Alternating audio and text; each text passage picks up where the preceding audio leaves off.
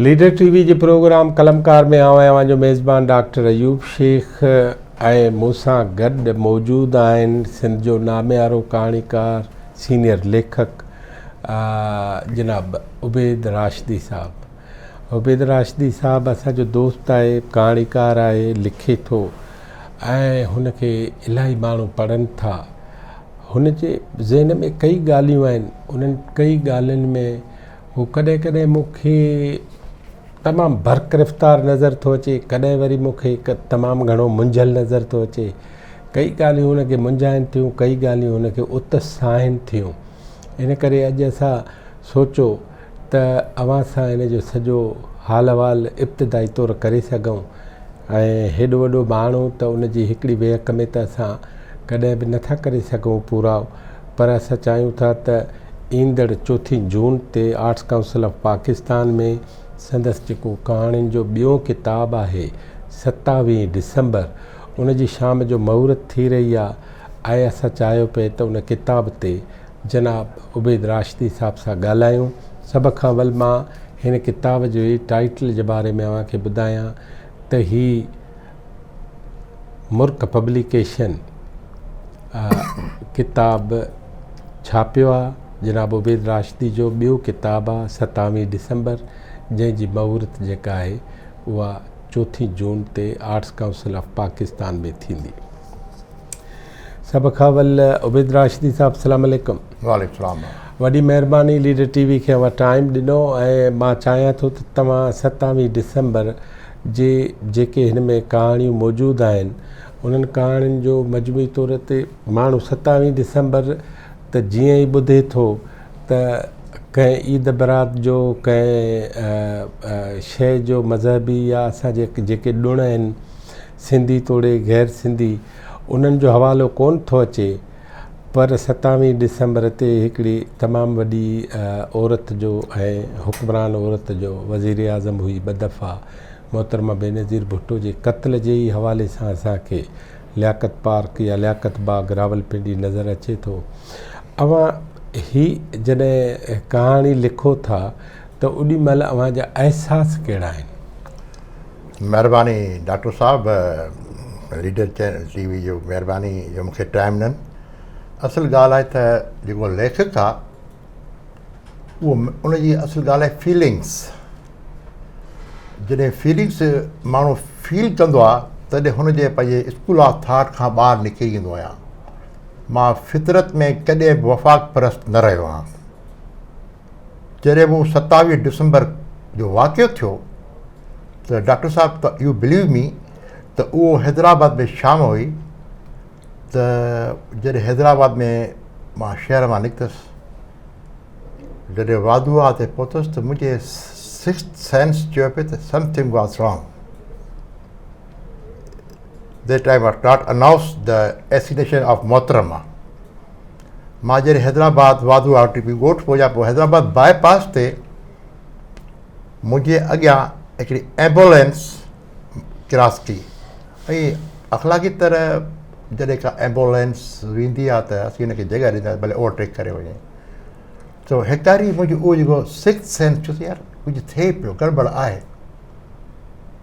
हैदराबाद खां ॿाहिरि निकितुसि त रोड रस्ता ते मूंखे ट्रैफिक नज़र कान आई। बहरहाल जॾहिं आउं पंहिंजे इलाइक़े मटियारी क्रॉस करे हाला क्रॉस कयमि त मूंखे हिकु तमामु ख़ामोशी सन्नाटो नज़र आयो। मां ॻोठ पहुतुसि, टीवी चैनल पंहिंजे घर में खुलियल हुई, शायदि का उर्दू चैनल हुई। उते ख़बर ॿुधमि त मां उछगार ॾेई रुनसि। हालांकि मां पंहिंजी ज़िंदगी में कॾहिं पीपलो कोन रहियो आहियां। मुंहिंजे स्कूल ऑफ थाट जी तव्हां सभिनी सिंध वारनि खे ख़बर आहे, मां पंहिंजी जॻह ते नेशनलिस्ट बि आहियां, प्रो पीस ऑफ अगारो बि आहियां, वेरी यू ऑनेस्टली स्पीकिंग। ठीकु, त उन ॾींहुं का असांजी रूहानी शख़्सियत, अच्छा उहे इलेक्शन जा ॾियारा तव्हांखे ख़बर आहे, असांजे ॻोठ दरगाह पीर जनरल शरीफ़ में अचणी हुई। जमायत उन्हनि जी माण्हू हज़ारनि तइदाद में हुआ, इलेक्शन जी गेमा गेमी हुई ऐं हीउ हेॾो वॾो ज़ुल्म थी वियो सिंध सां। ऐं छा सिंध सां ज़ुल्म थी वियो, जमहूरियत पसंदनि सां ज़ुल्म थी वियो।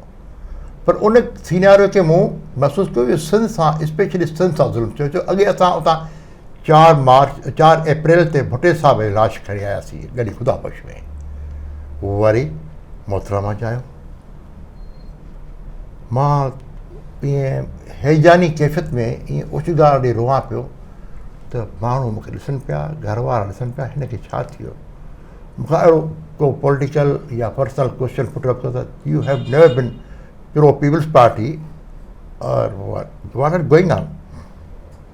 I made them reply that today I have become the nationalist of 1970s. Nationalist of 1970s when I was active.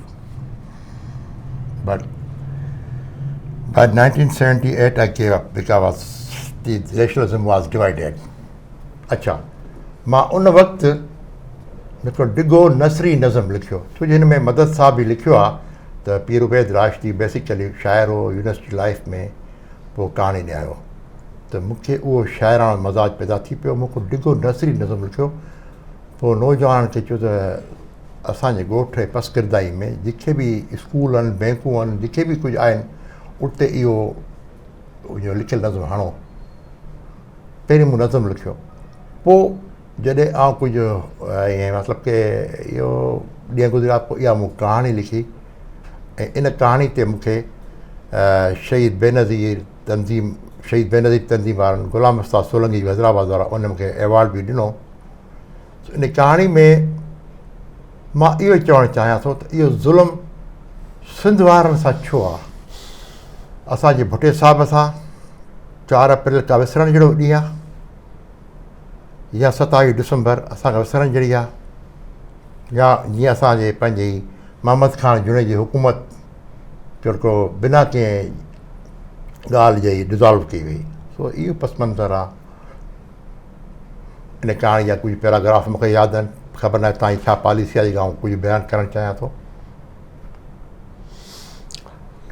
मूंखे हिकिड़ी ॻाल्हि ॿुधायो राशिदी साहब त अव्हां जे ज़हन में जॾहिं कहाणी लिखो था त की कहाणीकार बि हुजनि था पस मंज़र में त अहिड़ो लिखां मां? डेफिनेटली सही था चओ, तव्हां सुवालु बिल्कुलु स्वाभाविक आहे सर। तव्हां सिंधी अदब या परॾेही अदब किताब खणो, इवन उर्दू अदब, जेके वॾा वॾा नाला आहिनि या वॾा वॾा शाइर आहिनि, क्लासिक पोइट्स आहिनि सिंध जा या उर्दू जा या बरसगीर जा जेके वॾा वॾा नावल निगार कहाणीकार आहिनि, उहे रशियन ऐं अमरीकन तख़लीक़ अदब खां मुतासिर ज़रूर रहिया आहिनि। सो जॾहिं आउं लिखणु वक़्तु त न आहे, पर लाशोर में के मोस्ट सीनियर तख़लीक़कार जी कहाणी बि फिरंदी आहे। कहिड़ा कहिड़ा ख़ासि अदीब दुनिया जा सर? असां पंहिंजी अर्ली एज में कॉलेज यूनिवर्सिटी लाइफ में रशियन लिटरेचर ॾाढो पढ़ियो। मैक्सम गोर्की जी मदर मेखाइल शोरोखोफ या सोल विंस्टन। होॾां अमेरिका ॾे वञूं था त जैक लंडन बि आहे ऐं अर्नेस्ट मिलर हेमिंगवे बि आहे। जेको हेमिंगवे वर्ल्ड वॉर 2 में जेको डिस्पेंसर हो, आई थिंक उन जो जेके 2 मशहूरु नावल आहिनि, old man and the sea, ऐं ॿियो क्लासिक नावल जेको आहे for whom the bell tolls. ईअं नंढे खंड में नंढो खंड, उन में मिंटो आहे, किशन चंद्र आहे, राजचंद्र बेदी आहे, अमृता प्रीतम आहे, कई नाला। ऐं असीं पंहिंजी सिंध जे जेके वॾा नाला आहिनि उन्हनि में नसीम खैर, अली बाबा, अमर जलील, कमर शहबाज़, अली बाबा नालो खयो, इहे असांखे मुतासिर कयो। ऐं जेके मूंखां कुझु सीनियर्स मतिलबु उन में 2 कहाणीकार आउं कोट कंदुसि, उस्ताद मदद अली सिंधी साहब, गुलाम नबी सुमरो, अख़लाक अंसारी ऐं मोहम्मद सिद्दीक़ मंगियो मुंहिंजो महबूब कहाणीकार आहे, मुंहिंजो हमअसर आहे। अव्हां सिंधी तोड़े ॿाहिरिनि जिन कहाणीकारनि जूं ॻाल्हियूं ॿुधायो था त उहे उन्हनि तव्हांखे मुतासिर पे कयो आहे। अव्हां पंहिंजी सिरिश्त में जेका ॻाल्हि ॿुधायो था त अव्हां नेशनलिस्ट रहिया आहियो ऐं 1970 वारा नेशनलिस्ट रहिया आहियो, उहा नेशनलिज़म तव्हांजे दिमाग़ में अञा बि आहे? बिल्कुलु आहे, बिल्कुलु आहे। उहा नेशनलिज़म आउं चवां थो सिंध जो कहिड़ो माण्हू नेशनलिस्ट न आहे, भले वफ़ाक़ परस्त हुजे पर सिंध लेवल जी सियासत हुजे, उन लाइ उनखे सिंध लाइ हिकिड़ो पैशन जज़्बो ज़रूरु आहे। पर ॻाल्हि इहा आहे क़यादत हिते इहा आहे त स्टोल लाइफ में जिन लीडर्स खे असां फॉलो कयो, जिन जा असां उबॾारींदड़ नारा हयां, दीवारुनि ते चाकिंग कईसीं, हैदराबाद हाला मतिलबु के आस पास में, उहे केॾा हुया? उहो सलाहकारनि जे अंधनि घोड़नि ते चढ़ी विया, वास्को ॾिपाइणु शुरू कनि, असां भॼी टुटी पियासीं। 1978 में मां छॾे वियुसि, पर अंदरि में कोई जज़्बो आहे, केरु सिंध जी ॻाल्हि करे थो, असीं हुनखे सलाम था करियूं। मतिलबु मां हिकिड़ो ॾुखियो सुवाल थो पुछां त जूनियर अदीब कहिड़ा अव्हांखे मुतासिर था कनि? साईं जूनियर लफ़्ज़ ग़लति आहे, नई टही जा नई टही में आउं सम्झां थो त काफ़ी सुठा कहाणीकार आहिनि, जिन में जहिड़ा उहे मुंहिंजा हमअसर आहिनि। मिसाल तारिक कुरैशी आहे, ज़रियाब हैदर आहे, ॿियो को ज़रियाब जमाली आहे, या हेॾे शहदादकोट जो ई को खुश्क साहिबु आहे, या हिकिड़ो चांडियो, नाला मूंखे विसरींदा आहिनि। अहिड़ा सुठा कहाणीकार जेके जूनियर आहिनि। या इवन जेको हाणे जेके नावल जी दुनिया में आया आहिनि, जेके पाण कलीम बुट साहिबु आहे, उनजो सुठो नावल आहे रीगल। मूंखे रीगल नावल ॾाढो अपील कयो आहे, सुठो पिया लिखनि नौजवान, असीं पूरो उमीद आहियूं। पर एतिरो आहे त असीं पंहिंजा असली निज माखी जहिड़ा लफ़्ज़ अपनायूं कोन था, वठूं कोन था। असीं ॿोलियुनि पंहिंजी अबाणी ॿोली खां परे न वञूं। शायदि उन करे जो असीं लतीफ़ सरकार, सचल साईं नथा पढ़ूं, असीं क्लासिक पोइट्स पढ़ूं, शाइर पढ़ूं, त असीं ॿोली वरी लिखी सघूं था। न पर ॿोली तव्हां चओ था उनजे ज़ख़ामत जे हिसाब सां ॿोली हुजे त, ऐं बकुल तव्हांजी त माण्हू लतीफ़ सचल इहे नथा पढ़नि, त हिकिड़ो ख़्यालु इहो आयो आहे त माण्हू पढ़नि घटि था, लिखनि वधीक था। तव्हां इन सां मुतफ़िक़ आहियो? न सर, आउं मुतफ़िक़ कोन आहियां। अच्छा। असांजे कुझु दोस्तनि कराची, हैदराबाद जी बाज़ार में, इवन लाहौर जी किताबनि जी मार्केट जो जाइज़ो वरितो आहे। असीं जेकॾहिं उर्दू बाज़ार वञूं था, फिरेर हाल संडे बुक बाज़ार वञूं था, या ही खोड़ी बाज़ार कहिड़ी आहे उते वञूं था, या केडीए गुलशन इक़बाल में, या हिते रीगल चौक ते वञूं था, त उते असीं उन किताब खपाईंदड़ खां पुछूं था त अदा असांजे दोस्तनि पुछियो आहे, ऐं जेको आउं आहियां, त कहिड़ी क़ौम वारा ज़्यादा घणो लिटरेचर पढ़नि था, त हू चवंदा पहिरीं उहे आहिनि मारू मुल्क मलीर जा। न, सिंधी घणो था पढ़नि, पर उहे सिंधी लेखक त नथा थी सघनि न। ज़रूरी न आहे त लेखक घणो पढ़ंदा हुजनि। मतिलबु पाण सम्झुसि तव्हां, मिसाल किताब मार्केटनि में, खोड़ी गार्डन में, केडीए में, फिरेर हाल ते, रीगल चौक ते, ॿियनि लाइब्रेरियुनि में जेके पढ़ंदड़ आहिनि, उहे सभु जो सभु पढ़ंदड़ जेके किताब वठनि बि था, या लाहौर जा पब्लिशर असांखे ॿुधाइनि था त घणे में घणा सिंधी माण्हू था किताब पढ़नि, उहे घणे में घणा सिंधी माण्हू, घणे में घणा सिंधी लेखक त न आहिनि न। आम माण्हू बि त पढ़े थो न। आउं तो अव्हां खां पुछां, लेखक, एतिराज़ ही आयो आहे त लेखक 100 कहाणियूं पढ़ी हिकिड़ो किताब था लिखनि, ऐं अॻे असांजा जेके वॾा उहे 100 किताब पढ़ी हिकिड़ी कहाणी लिखंदा हुआ। छा था चओ? सर, ईअं बराबरि न आहे। इहो मतिलबु असल ॻाल्हि आहे त हर दौर जी पंहिंजी घुरिजूं आहिनि। जेकॾहिं असीं 50-60 ॾहाके जे लेखकनि खे ॾिसूं, त उन दौर में बि उन लाइ इहो चयो त के रुजस पसंदि आहिनि, के तरक़ी पसंदि आहिनि। उहे त हुआ न। हुआ, हा। पर आउं अॼु ॾींहं त इहा ॻाल्हि कोन सम्झी त रुजत पसंदी छा आहे ऐं तरक़ी पसंदी छा आहे।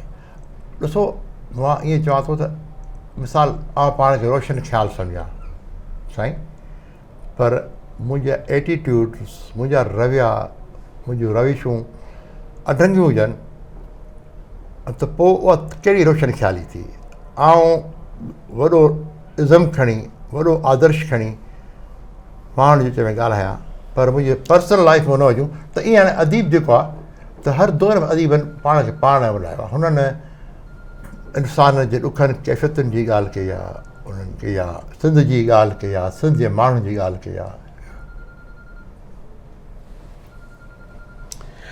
टे रंग जेके तव्हांखे घणे में घणो अपील कंदा हुजनि.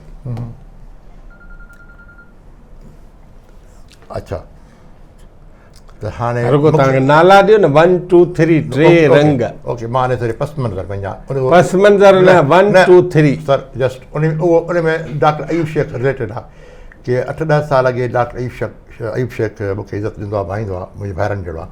अयूब शेख साहिब खां आर्ट काउंसिल में मूंखे ॿ ऑप्शन न इन ते लिखी अचु. 8-10 साल अॻे आर्ट काउंसिल में सम्झां थो, तव्हांखे यादि हुजे. हिकिड़ो इहो चई त जेके मुंहिंजे हमअसर कहाणीकार आहिनि या नावल निगार आहिनि, उनजे फ़िक्र में, उनजे कंटेंट में सिंध जा ॿरंदड़ मसाला आहिनि, उन ते तो लिखी अचु. त मूं ख़ामोशी अख़्तियार कई. ॾिठ हीउ सियाणो माण्हू आहे, दाना आहे. दाना कहिड़े पाकिस्तान खे मां मासिलत ॾियां, पर चई त भला इन ॻाल्हि खे छॾ, त मैडम सुमेरा ते लिखी अचु. मैडम सुमेरा हिन त मूंखे चयो, पर मुंहिंजी जॾहिं स्टूडेंट पॉलिटिक्स या सिंधी यूनिवर्सिटी में जॉइन बि कोन थियुमि, उते एज़ अ एक्टिव स्टूडेंट वेंदो हुउसि, त उते मैडम सुमेरा जी कचहरी में अब्दुल कादिर जोणी जो साहिबु हूंदो, अली बाबा हूंदा, सभु वेठा हूंदा, ऐं प्रोफेसर असांजे साईं जिसकाणी साहिबु, साईं लाल जिसकाणी साहिब सभु हूंदासीं. त मूंखे चवण मैडम सुमेरा जी खे मज़मून लिखी अचु. ओके, हाणे साईं जो सुवालु जेको आहे त रंग कहिड़ा तोखे मुतासिर कंदा आहिनि. मिसाल कहिड़ो बि रंग, हर रंग जो पंहिंजी निखार आहे, पंहिंजी रंग आहे. न के माण्हू चवंदा आहिनि त मूंखे ॻाढ़ो रंग वणे थो, हा सर, के आसमानी, के ब्लू. उन ॻाल्हि ते अचां पियो त उन जेको मैडम सुमेरा खे जो जेको प्रोफाइल लिखियो तव्हां या अख़बार में शायदि अवामी आदमी में छपियो, पर उनखे तव्हां थोरो एडिटिंग ॾाढी करे छॾी. उहो वरी तफ़सील सां मैडम ज़ाहिदा अबड़ो जे हमसरी मैगज़ीन आहे, मैगज़ीन उन में छपियो, त मूंखे ॾाढा उन ते एप्रीसिएशन मिली. उन में मूं रंग कयो आहे, अमरदास ऐं गुलमोहरनि जे रंगनि जी ॻाल्हि कई आहे. त मूंखे ख़ुदि एडिटर साहिबा, ॿिया रीडर्स चयो, तव्हांखे हीअ अमरदास रंग छो थो वणे, इहे गुलमोहर छो थो वणे. मुंहिंजो हू हिकिड़ो ॻाढ़ो रंग आहे, ॿी पीलो रंग आहे, जेको मुंहिंजी फितरत खे वेझो आहे. सो मूंखे पीलो रंग ऐं ॻाढ़ो रंग वणंदो आहे. सिंध जा टे शाइर कहिड़ा था वणनि? कहिड़े दौर जा? सभु. धणी जो जेको सानी न मिट, हिकिड़ो थियो शाह लतीफ़ जी जी. उन खां पोइ अचूं ख़ुदि असांजे पीर झंडे जे बुज़ुर्गनि जो सुफ़ियानो शाइर साईं पी साईं के भला बैत वारा पी साईं रशीदुद्दीन शाह, जेको पी साईं रोज़ रमतला जा पड़ पोटा हुआ. पीर रशीदुद्दीन शाह राशिदी साहिब जी हा, पीर झंडे वारा, पीर झंडे पी साईं रोज़ धणी जा सम्झां थो पड़ पोटा हुआ रमतला जा. ठीकु. उन खां पोइ त अयाज़ आहे, इमदाद हुसैनी आहे. भला रशीद शाह साहिब जी जेका शाइरी आहे उहा एतिरी मारूफ़ मशहूरु कोन्हे, उनजो रीज़न कहिड़ो?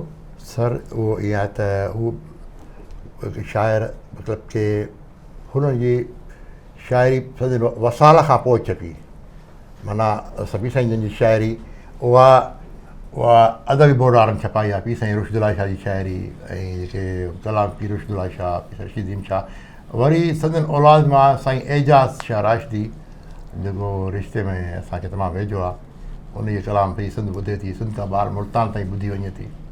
भला टे कहाणीकार कहिड़े दौर जा? वरी सभु जेके 1 2 3 उबैद खे शिकार कंदा हुजनि. सिंध जी ॻाल्हि थो ख़बर न आहे शिकार मां छा छा ख़्यालु छा मुराद, माना हर वक़्तु हाउंट ऐं हंट कंदा हुजनि, दिमाग़ ते हावी हुजनि. उहो हिकु दौरु, उहो दौर जी कैफ़ियत आहे. पर हिकु दौर में असांखे अमर जलील, नसीम खल, अली बाबा इहे हांट कंदा हुआ. हाणे हिन दौर में जेके मूंखां कोई सीनियर आहिनि उन में अख़लाक अंसारी आहे, मदद अली सिंधी आहे, गुलाम नबी सुमरो साहिब बि आहे, ऐं तारिक आलम अबड़ो प्यारो दोस्त हो. अच्छा. ऐं अख़लाक अंसारी साहिबु. कॾहिं तव्हां इहो सोचियो आहे त सिंधी ॿोली में साइंस जो फिक्शन घटि छो थो छपिजे? उहो वसीला कोन्हनि. जॾहिं मिसाल वसीला कोन्हनि, असांखे प्रोमोट नथो कयो वञे. जेके बि इदारा आहिनि उहे त अदब, तारीख़ ऐं सुफ़ियाणे लिटरेचर खे त छापीनि था, पर साइंसी जेको साइंटिफिक फिक्शन आहे उनखे छो आख़िरी सवाल इहो थो पुछां त उन्हनि इदारनि जी ऐं असांजे माण्हुनि जी एजेंडा इहा छो कोन्हे अॻिते वधण जी साइंसी थियण जी? साईं ईअं न आहे, साइंस में सिंधी माण्हू काफ़ी अॻिते आहिनि। इहो असां थोरो ब्रॉडली वसी नज़र सां सोचूं त सिंधी असांखे ॾिसो, असांजे मिसाल असांजे इलाइक़े जो बुज़ुर्ग डॉक्टर सैयद वॾल शाह बुखारी, जंहिंखे शायदि नॉर्वे में शहीद थियो हो, असांजे इलाइक़े सां इहो उन जेके तहक़ीक़ रिसर्च की केमिस्ट्री में त उन को मिसाल कोन्हे। पर असां वटि अल्म इहो आहे त सिंधी माण्हुनि खे प्रोमोट कोन थो कोई वधायो न। पर उबैद साहब ॻाल्हि मां ॻाल्हि निकिती आहे, साईं वॾल शाह जेको आहे उहो 1975 जी ॻाल्हि आहे, ठीकु आहे। उन 1975 खे लॻभॻि अधु सदी थियण वारी आहे जी। बाक़ी पुठियां भला तव्हां ॾिसो न साईं, जॾहिं तव्हां साइंटिफिक लिटरेचर चओ था उन में शायदि ज़रात खे काउंट कंदा ज़रूरु कंदुसि त M.H. पंवर साहिबु, M.H. पंवर नाला खणंदा हलूं न, मोहम्मद अली मैसर आहे ऐं मतिलबु काफ़ी अहिड़ा माण्हू साईं हू असांजी ज़रे यूनिवर्सिटी जा जेके जिसकाणी साहिबु आहे, मिठल जिसकाणी, काफ़ी माण्हू आहिनि जेके हाल मैसर करे नाला यादि नथा अचनि, उन वरी तहक़ीक़ कया रिसर्च। पर असुलु ॻाल्हि आहे त असांजे सिंधी माण्हुनि खे अॻिते कोन थो वधायो वञे। अलाए छा ॻाल्हि आहे, कीअं मतिलबु सिंधी माण्हू अॻिते वधण लाइ छा कनि? को नुस्ख़ो आहे उबैद राशिदी पीर झंडे साहिब जी औलाद खे? सर आउं इन चवंदुसि मिठी माठ मुठी माठ।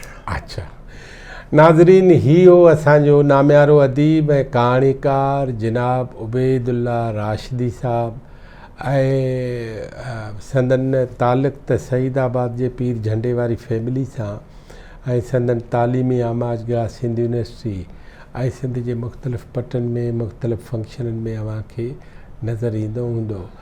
पाण 4 तारीख़ हुन सां आर्ट्स काउंसिल में मिलंदासीं ऐं मां वेंदे वेंदे सिंध जे समूरनि शाइरनि ऐं कहाणीकारनि खे इहा दावत ॾियणु थो चाहियां त उहो लीडर TV ते पंहिंजूं तसनीफ़ूं खणी पाण ई उन्हनि जे बारे में ॻाल्हाए सघनि था। उन में मुंहिंजो हुजण बि ज़रूरी कोन्हे। 10 मिंटनि जी हिकिड़ी तक़रीब हिन TV चैनल ते थियणु खपे त उहो पंहिंजी किताब ते पाण ॿुधाए त हिन में चङायूं कहिड़ियूं आहिनि, हिन में ख़राबियूं कहिड़ियूं आहिनि। साईं अव्हांजी वॾी महिरबानी असांखे टाइम ॾिनो ऐं लीडर TV में वरी कंहिं ॿिए महिमान सां गॾु थींदासीं। वॾी महिरबानी।